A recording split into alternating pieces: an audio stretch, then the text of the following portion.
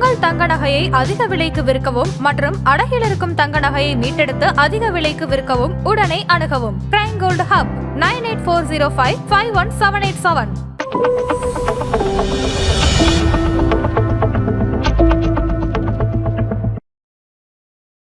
அங்கே லோக்கலில் வேணால் யூஎஸ் மார்க்கெட் அட்ராக்டிவாக இருக்க வாய்ப்பு இருக்கே தவிர but for FIIs it's not attractive.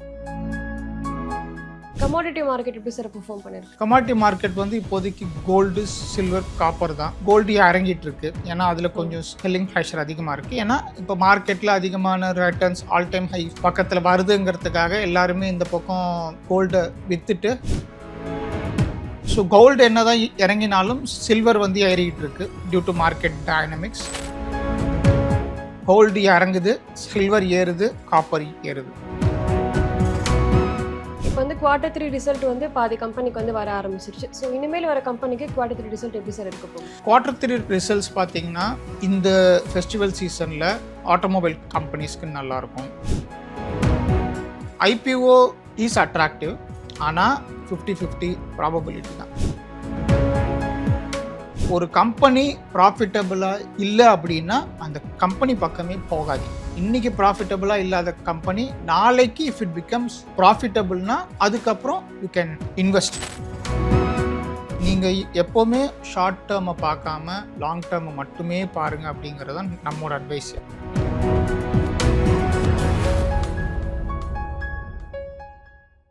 Aadhan business நேயர்களுக்கு வணக்கம். இன்னைக்கு நம்ம கூட எக்கனாமிஸ்ட் ராஜேஷ் அவர்கள் தான் ஜாயின் பண்ணிருக்காங்க. வாங்க பேசலாம். வணக்கம் சார். வணக்கம். எப்படி சார் இருக்கு? நல்லா இருக்கு. சரி, இந்த வீக் வந்து ஓவரால் மார்க்கெட்டோட பெர்ஃபார்மன்ஸ் எப்படி சார் இருந்தது? இந்த வீக் நல்லா இருக்கு. ஆல்மோஸ்ட் லாஸ்ட் செப்டம்பர்ல இருந்தது இல்லையா ஆல் டைம் ஹை 26,270, அதுக்கு ஆல்மோஸ்ட் பக்கத்துல வந்தாச்சு. இப்போ அதுக்கு பக்கத்துல வரும்போது எல்லாருமே பயப்படுவாங்க கொஞ்சம். ஸோ அதனால கொஞ்சம் செல்லிங் ப்ரெஷர்ஸ் இருக்க வாய்ப்பு இருக்கு. அதனால தான் இப்போ நாம பேசிட்டு இருக்கும்போது மார்னிங்ல இருந்து ஒரு 100 பாயிண்ட் குறைவாயிருக்கு. ஸோ இந்த செல்லிங் ப்ரெஷர் இன்னொரு 1 வீக்குக்கு இருக்கலாம். இல்லாட்டி மண்டே அன்னைக்கு it might recover again. Monday அன்னைக்கு ஆல் டைம் ஹை கிராஸ் பண்ணுறதுக்கு வாய்ப்புகள் இருக்குது. இன்றைக்கி ஃப்ரைடேங்கிறதுனால அடுத்த 2 நாள் யாருமே ரிஸ்க் எடுக்க விரும்பலை. அதனால தான் இப்போ எல்லாருமே இன்றைக்கி தேர் ட்ரைங் டு செல் இட். அதனால தான் இன்றைக்கி ஒரு 100 பாயிண்ட் குறைஞ்சிருக்கு இப்போதை வரைக்கும். ஓகே, இப்போ வந்து நீங்கள் சொன்ன மாதிரி 26,200 இருக்குது நிஃப்டி. இந்த இயர் எண்டுக்குள்ளே வந்து 27 கிராஸ் பண்ணுங்க சார். 27 கிராஸ் பண்ணுறதுக்கான வாய்ப்புகள் கம்மி தான். ஏன்னா எஃப்ஐஐஸ்லேருந்து அதிகமாக சேல் தான் பண்ணிகிட்டு இருக்காங்க. இந்த அக்டோபர், நவம்பர், டிசம்பர் யூஸ்வலாக அவங்க அப்படி தான் பண்ணுவாங்க. ஸோ டிஐஎஸ் மட்டும்தான் இப்போ அகைன் வாங்கிட்டு இருக்காங்க ஷேர்ஸ் எல்லாமே. அந்த மாதிரி நேரத்தில் இப்போதைக்கு 26,000க்கு மேலே தான் மெயின்டைன் ஆகிறதுக்கான வாய்ப்புகள் இருக்குது. 26,000க்கு மேலேயே மெயின்டைன் ஆகிட்டு இருந்ததுன்னா இட்ஸ் ஸ்டில் புல் மார்க்கெட். 26,000க்கு கீழே போச்சுன்னா இன்னொரு 500-600 பாயிண்ட் வரைக்கும் போகிறதுக்கான வாய்ப்புகள் இருக்குது. ஸோ 27,000 கிராஸ் பண்ணுறது வந்து it will happen only after January. Festival season எல்லாமே முடிஞ்சு, கிறிஸ்மஸ், நியூ இயர் எல்லாமே ஃபாரினர்ஸ்க்கு முடிஞ்சு அகைன் நெக்ஸ்ட் இயருக்கான இன்வெஸ்ட்மெண்ட் அவங்க ஆரம்பிக்கிறாங்க இல்லையா, அப்போ தான் it will start again. Okay, நீங்கள் சொன்ன மாதிரி வந்து எஃப்ஐஐஸ் வந்து செல் பண்ணிக்கிட்டு தான் இருக்காங்க. ஸோ இப்போ நிறைய பேர் வந்து இன்வெஸ்ட் பண்ண வரதில்லை சார். இப்போ யூஎஸ் மார்க்கெட் ஷட் டவுன் ஆகி இப்போ மறுபடியும் ரீஓப்பன் பண்ணிட்டாங்க. ஸோ இப்போ வந்து எஃப்ஐஐஸோட இன்வெஸ்ட்மெண்ட் வந்து இன்னும் குறைவாக தான் இருக்கு இல்லை மார்க்கெட்டில்? ஆமாம், இப்போதைக்கு இன்னும் இருக்குது. அது ஏன்னா ஸ்டில் குளோபல் அன்சர்டனிட்டி இருக்குது. ரெண்டாவது இப்போ ரீசெண்டாக ஃபெட்டோட மினிட்ஸ் வந்து பப்ளிஷ் பண்ணாங்க. அந்த மினிட்ஸ் படி பார்த்தா அந்த அளவுக்கு ரேட் வந்து குறைக்கிறதுக்கான வாய்ப்புகள் இப்போதைக்கு இல்லை. ஏன்னா ஆல்ரெடி பணவீக்கம் அதிகமாகும்னு எக்ஸ்பெக்ட் பண்ணுறாங்க. ஸோ இன்னும் கொஞ்சம் ரேட்டை குறைச்சா அந்த பணவீக்கம் இன்னும் அதிகமாகிறதுக்கான வாய்ப்புகள் இருக்கும் அப்படிங்கிறதுக்காக ஹெட்ல வந்து ஓகே இப்போதைக்கு இன்னொரு ரேட் எதுவும் குறைக்க வேணாம் அப்படிங்கிற ஒரு முடிவுக்கு வந்திருக்காங்க. இதையே அவங்க கண்டினியூ பண்ணினாங்க அப்படின்னு சொன்னால் it will become still not attractive for the FIIs to go to the US market. அங்கே லோக்கலில் வேணால் யூஎஸ் மார்க்கெட் அட்ராக்டிவாக இருக்க வாய்ப்பு இருக்கே தவிர but for FIIs it's not attractive. அவங்க வந்து ஜனவரிக்கு அப்புறம் எமர்ஜிங் மார்க்கெட்ஸ் நோக்கி தான் வருவாங்க அங்கே. ஸோ ஜனவரிக்கு அப்புறம் ஸ்டில் இந்த ப்ராப்ளம்ஸ் எல்லாம் சால்வ் ஆகி ஜனவரியில் அகெயின் மார்க்கெட் மறுபடியும் ரெக்கவர் ஆகிறதுக்கான வாய்ப்புகள் இருக்குங்கிறதுனால you can expect good turn around. Commodity market எப்படி சார் பெர்ஃபார்ம் பண்ணிருக்கு? கமாடிட்டி மார்க்கெட் வந்து இப்போதைக்கு கோல்டு, சில்வர், காப்பர் தான். கோல்டு இறங்கிட்டு இருக்கு, ஏன்னா அதில் கொஞ்சம் செல்லிங் ப்ரெஷர் அதிகமாக இருக்குது. ஏன்னா இப்போ மார்க்கெட்டில் அதிகமான ரிட்டர்ன்ஸ் ஆல் டைம் ஹை பக்கத்தில் வருதுங்கிறதுக்காக எல்லாருமே இந்த பக்கம் கோல்டை விற்றுட்டு பணத்தை ரெடியாக வச்சிருக்கிறாங்க. அதனால கோல்டில் இன்னொரு 1 மாதம் 2 மாதத்துக்கு இட் வில் கண்டினியூ. இந்த மாதிரி ரொம்பவும் ஏறாது, ஆனால் ரொம்ப இறங்காது. ஸோ கோல்டு என்னதான் இறங்கினாலும் சில்வர் வந்து ஏறிக்கிட்டு இருக்கு டியூ டு மார்க்கெட் டைனமிக்ஸ். ரெண்டாவது காப்பரும் அதே மாதிரி ஏறிக்கிட்டு இருக்கு. காப்பரு ஈவிக்கான ஆமாம். And then crude oil it's almost stable தான். இதுக்கு மேலே அது ஏறதுக்கான வாய்ப்புகள் இல்லை. ஏன்னா எக்கானமி ரெக்கவர் ஆகிற நேரத்தில் அந்த ப்ரைஸ் வந்து ஏறிச்சு அப்படின்னு சொன்னால் it will be a huge problem for the emerging economies. அதனால அந்த பக்கம் க்ரூட் ஆயில் ப்ரைஸ் ஏறினாலும் it will be absorb. So no need to worry on that front. But இப்போதைக்கு க்ரூட் ஆயில் வந்து ஏறதுக்கான வாய்ப்புகள் கம்மி தான். அதர் தேன் தட் நார்மல் தான். பட் ஃபோக்கஸ் வந்து கோல்டு இறங்குது, சில்வர் ஏறுது, காப்பர் ஏறுது. இது 3 தான். இவி ஸ்பெசிஃபிக்காக பாருங்க, அதுக்கப்புறம் we can focus. இப்போ வந்து Q3 ரிசல்ட் வந்து பாதி கம்பெனிக்கு வந்து வர ஆரம்பிச்சிருச்சு. ஸோ இனிமேல் வர கம்பெனிக்கு Q3 ரிசல்ட் எப்படி சார் இருக்க போகுது? Q3 ரிசல்ட்ஸ் பார்த்தீங்கன்னா இந்த ஃபெஸ்டிவல் சீசனில் ஆட்டோமொபைல் கம்பெனிஸ்க்கு நல்லாயிருக்கும், ஃபார்மாக்கு ஆஸ் யூஷுவல், எஃப்எம்சிஜிக்கு நல்லாயிருக்கும், ஃபார் கோல்ட் அண்ட் சில்வர் நல்லாயிருக்கும். ஓகே, இந்த மாதிரி செக்டார்ஸுக்கு நல்லாயிருக்கும். இன்ஃப்ராஸ்ட்ரக்சர்னு பார்த்தீங்கன்னா இப்போ அந்த அளவுக்கு இருக்காது. ஏன்னா யாருமே இப்போ ஆரம்பிக்க மாட்டாங்க. இந்த ஃபெஸ்டிவல் சீசன் எல்லாமே ஃபினிஷ் ஆகி even if they plan no அதுக்கப்புறம் தான் ஆரம்பிப்பாங்க. So gold and silver, jewellery sector, அப்புறம் ஆட்டோமொபைல் இந்த ஃபெஸ்டிவல் சீசனில் நிறைய பேர் வண்டி எல்லாம் வாங்குவாங்க. அதுவும் இல்லாமல் அடுத்த மாதம் ஏகப்பட்ட டிஸ்கவுண்ட் வரும். ஸோ அதுலேயும் வாங்குறதுக்கான வாய்ப்புகள் இருக்குது. ஸோ இந்த மாதிரி செக்டார்ஸ் தான். தென் ஐடி செக்டார்னா நோ, ஏன்னா இது யூஸ்வலாகவே அவங்களுக்கு லீன் சீசன் தான்.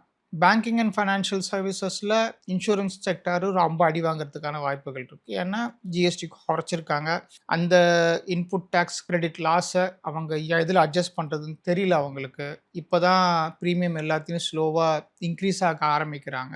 இது எல்லாமே இந்த லாஸஸ் எல்லாமே அவங்க டிசம்பர் 31க்குள்ளார எல்லாத்தையும் ரெக்கவர் பண்ணுவாங்களா அப்படிங்கிறது you have to wait and watch. So அதனால பேங்கிங் அண்ட் ஃபைனான்ஷியல் சர்வீசஸ் என்னதான் அந்த பக்கம் லோன் சைடில் க்ரோத் வந்தாலும் இன்சூரன்ஸ் சைடில் அடி வாங்கிறதுக்கான வாய்ப்புகள் இருக்கு. கன்சியூமர் டியூரபிள்ஸ் எப்படி sir? Festival season, so obviously FMCG and electronics, consumer durables, washing machine, fridge, TV இது எல்லாமே நல்லா சேல் ஆகிறதுக்கான வாய்ப்புகள் இருக்கு. ஸோ அது எல்லாமே நல்லா போகும். Don't take any bets on the IT sector. இது அவங்களுக்கு லீன் சீசன். ரெண்டாவது சர்வீசஸ் இண்டஸ்ட்ரியில் எந்த அளவுக்கு மார்க்கெட் டைனமிக்ஸ் நமக்கு நெகட்டிவாக இருக்குங்கிறது தெரியல. ஏன்னா ஜனவரிக்கு அப்புறம் தான். ஸோ ஃபர்ஸ்ட்லேருந்தே சொல்லிக்கிட்டு இருக்கோம் IT companies should focus on the products not on the services அப்படின்னு சொல்லி. பட் ஆல்மோஸ்ட் 75% 85%க்கு மேலே நம்மளது சர்வீஸ் பேஸ்டு தான். That is the precise reason IT sector வந்து ரொம்ப டேஞ்சரஸாக இருக்குது. என்னதான் நிறைய குளோபல் கெப்பாசிட்டி சென்டர்ஸ் எல்லாம் இந்தியாவுக்கு வருதுன்னாலும் அந்த குளோபல் கெப்பாசிட்டி சென்டர்ஸ் வந்து they are only expense centres, not profit centres. Expense சென்டர்னா அவங்களுடைய செலவுகளை குறைக்கிறதுக்கு தான் இங்கே வந்திருக்காங்களே ஒழிய தே ஆர் நாட் இதில் வந்து ப்ராஃபிட் எடுக்கணும்னு அவங்க வரல. ஸோ இது வந்து எக்ஸ்பென்ஸ் பேஸ்டு தான். இங்கே எவ்வளோ செலவாகுதோ they will get it from their parent organisations. So அதனால் அந்த சைட்லேருந்து எதுவும் க்ரோத் வர்றதுக்கான வாய்ப்புகள் இல்லை. So IT sector is best avoided. Focus on FMCG and automobiles. இது ரெண்டும் தான் இப்போதைக்கு இந்த குவார்ட்டருக்கான ஹாட் செக்டர்ஸ். ஓகே, இப்போ நெக்ஸ்ட் நியூவாக வர போகிற ஐபிஓ பற்றி சொல்ல முடியுமா? ஐபிஓஸ் பார்த்தீங்கன்னா யூஸ்வலாக வேல்யூவேஷனை வச்சு தான். இப்போதைக்கு ரீசெண்டாக பார்த்துருப்பீங்க க்ரோ, அது ரொம்ப மச் ஃபேன்ஃபேரோட வந்தது. அண்ட் தென் அதுக்கப்புறம் ஒன்ஸ் அந்த லாக்இன் பீரியட் முடிஞ்சதும் எல்லாருமே வைக்க ஆரம்பிச்சிட்டாங்க. இதுக்கு முன்னாடி அந்த ஐபிஓஸும் அப்படி தான். அந்த லாக்இன் பீரியட் முடிகிற வரைக்கும் எப்போ அந்த ஸ்டாக் விழுங்கிறதே தெரியாது. ஏன்னா இது எல்லாமே they are not profitable. Valuation வந்து ரொம்ப அதிகமாக 70,000 crores for Groww is nothing. ஓகேவா? ஸோ அது கரெக்டான வேல்யூவேஷன் அது இல்லை. மார்க்கெட்லேயும் everybody knows that many of the stocks are over valued. எல்லாமே ஓவர் வேல்யூவில் தான் போயிட்டு. இந்த மாதிரி ஒரு ஓவர் வேல்யூவேஷனில் எஃப்ஐஐஸ் வந்து கண்டினியூஸாக இன்வெஸ்ட் பண்ணுவாங்களா அப்படிங்கிறது டவுட்டு தான். அதனால் ஐபிஓஸ் வரும்பொழுது அந்த ஒரு மச் ஃபேன்ஃபேரோட வரும். டிஐஎஸ் தான் மேக்ஸிமம் அதில் வாங்குறாங்க, என்னதான் வேல்யூவேஷன் இருந்தாலும் இல்லைனாலும். இது க்ரோ ஐபிஓலாம் பார்த்தீங்கன்னா க்ரோ ஐபிஓ, லென்ஸ்கார்ட் ஐபிஓலாம் மக்கள்கிட்டேருந்து ரீட்டைல் மார்க்கெட்லேருந்து அந்த அளவுக்கு சப்ஸ்கிரிப்ஷன் இல்லை.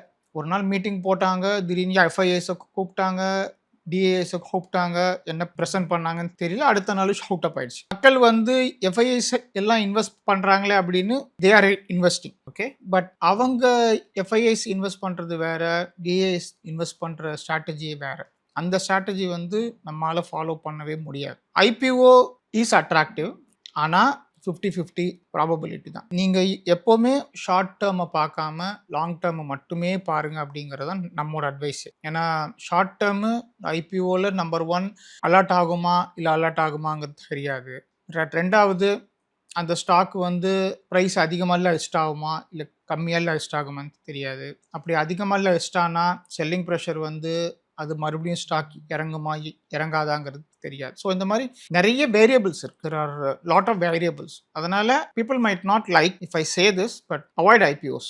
இஃப் தி வேல்யூவேஷன் இஸ், ஒரு கம்பெனி ப்ராஃபிட்டபிளா இல்லை அப்படின்னா அந்த கம்பெனி பக்கமே போகாதீங்க. இன்னைக்கு ப்ராஃபிட்டபிளா இல்லாத கம்பெனி நாளைக்கு இஃப் இட் பிகம்ஸ் ப்ராஃபிட்டபிள்னா அதுக்கப்புறம் யூ கேன் இன்வெஸ்ட்.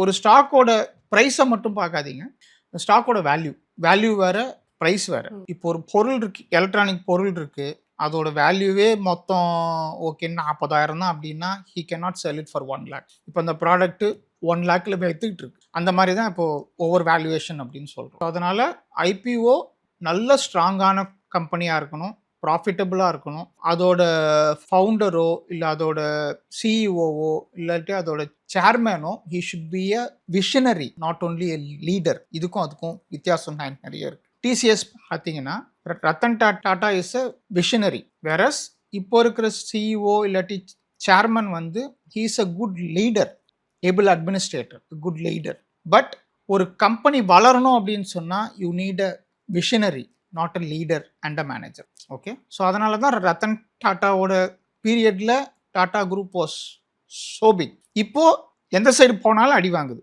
டிசிஎஸ்ஸாக இருக்கட்டும் இல்லை இதுவாக இருக்கட்டும், whichever company it is, எல்லாமே அடி வாங்குது. ஸோ அதனால தான் சொல்கிறேன், ஃபைனான்ஷியல்ஸ் கம்பெனியோட ஹெட் சேர்மேனோ இல்லை சிஇஓவோ he should be a visionary. விஷனரின்னா புது தாட்ஸ் எடுத்துகிட்டு வரணும். ஜஸ்ட்டு பேலன்ஸ் ஷீட்டை மட்டுமே பார்த்துக்கிட்டு ஓகே நாங்கள் இப்படி போடணும், பேலன்ஸ் ஷீட்டை இப்படி இன்க்ரீஸ் பண்ணுவோம், அப்படி இன்க்ரீஸ் பண்ணுவோம். பேலன்ஸ் ஷீட்டு ப்ராஃபிட்டை இன்க்ரீஸ் பண்ணுறது any idiot can do it. ஃப்ராங்காகவே சொல்கிறேன், you have to reduce the cost, as simple as that. Okay, cost மட்டுமே ரெடியூஸ் பண்ணாலே உங்கள் பேலன்ஸ் ஷீட்டை அட்ஜஸ்ட் ஆகிடும். அது யார் வேணால் பண்ணலாம். ரெவன்யூ இன்க்ரீஸ் பண்ணுறதுக்கு புதுசாக என்ன எடுத்துகிட்டு வராங்க அப்படிங்கிறத பாருங்கள். If it is an IPO or an existing company, அந்த மாதிரி பார்த்துட்டு அதுக்கப்புறம் இன்வெஸ்ட் பண்ணினீங்கன்னா that will be the best decision of your life for the long term. நான் ஷார்ட் டேர்முக்கு மட்டும் பார்ப்பேன், எல்லாரும் வாங்குறாங்க நானும் போய் வாங்குறேன்னு அதில் போய் பணத்தை போடாதீங்க. Winning percentage is 50-50 now. Okay, so அதனால் என்னை பொறுத்த வரைக்கும் ஈவன் தோ எல்லாருக்கும் இது பிடிக்காதனாலும் அதான் சொல்லுவேன், avoid IPOs if the company is not profitable. Small cap ஃபண்டோட பெர்ஃபார்மன்ஸ் எப்படி சார்? ஸ்மால் கேப் இப்போது மார்க்கெட் ஏறுற நேரத்தில் அதுதான் வேகமாக ஏறும், மார்க்கெட் இறங்குற நேரத்தில் அதுதான் வேகமாக இறங்கும். இப்போ வந்து ஆல்மோஸ்ட் மியூட்டடில் இருக்குது. ஸோ இன்னும் ஒரு கிளாரிட்டி வராததுனால, எஃப்ஐஎஸோட மணி வந்து அதிகமாக உள்ளார வராததுனால, எஃப்ஐஎஸ் பார்த்தீங்கன்னா நார்மலாக they will invest more on small caps than large caps. DIIஸ்க்கு அந்த ஒரு ரெஸ்ட்ரிக்ஷன் இருக்குது. ஸ்மால் கேப்பில் இத்தனை ஸ்டாக்கில் தான் இன்வெஸ்ட் பண்ண முடியும், மிட் கேப்பில் இத்தனை ஸ்டாக்ஸ் தான் இன்வெஸ்ட் பண்ண முடியும்னு அந்த ரெஸ்ட்ரிக்ஷன் இருக்குது. பட் எஃப்ஐஐஸ்க்கு அந்த மாதிரி ரெஸ்ட்ரிக்ஷன்ஸு கிடையாது. ஸோ ஒன்ஸ் எஃப்ஐஐஸ் மார்க்கெட்டுக்குள்ளார என்டர் ஆக தொடங்கிட்டாங்க அப்படின்னு சொன்னால் small cap will pick up faster. ரெண்டாவது, இந்தியா சைட்லேருந்து ஏன் இந்த ஸ்மால் கேப் இன்வெஸ்ட்மெண்ட் அதிகமாகலை அப்படின்னு சொன்னால், நம்ம ஏற்கனவே பேசின மாதிரி செபியில் வந்து ஸ்மால் கேப் இன்வெஸ்ட்மெண்ட்ஸில் லம்சமாக போடுறத ஸ்டாப் பண்ணிட்டாங்க. நம்ம இப்போ லம்சமாக we can't invest in small cap, SIP மூலமாக மட்டும்தான் இன்வெஸ்ட் பண்ண முடியும். ஏன்னா எல்லாரும் போய் ஸ்மால் கேப்பில் போட ஆரம்பிச்சிட்டாங்க.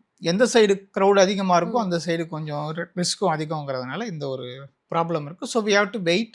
எஃப்ஐஎஸ் வந்து எப்போ மார்க்கெட்டுக்குள்ளார நுழைஞ்சி அகெயின் மார்க்கெட் பிக்கப் ஆகுதோ அப்போ small cap will pickup much faster. Okay, இப்போ வரப்போகிற வாரங்களில் ட்ரேடர்ஸ் எந்த மாதிரி சிக்னல்லாம் சார் கவனிக்க வேண்டியது இருக்குது?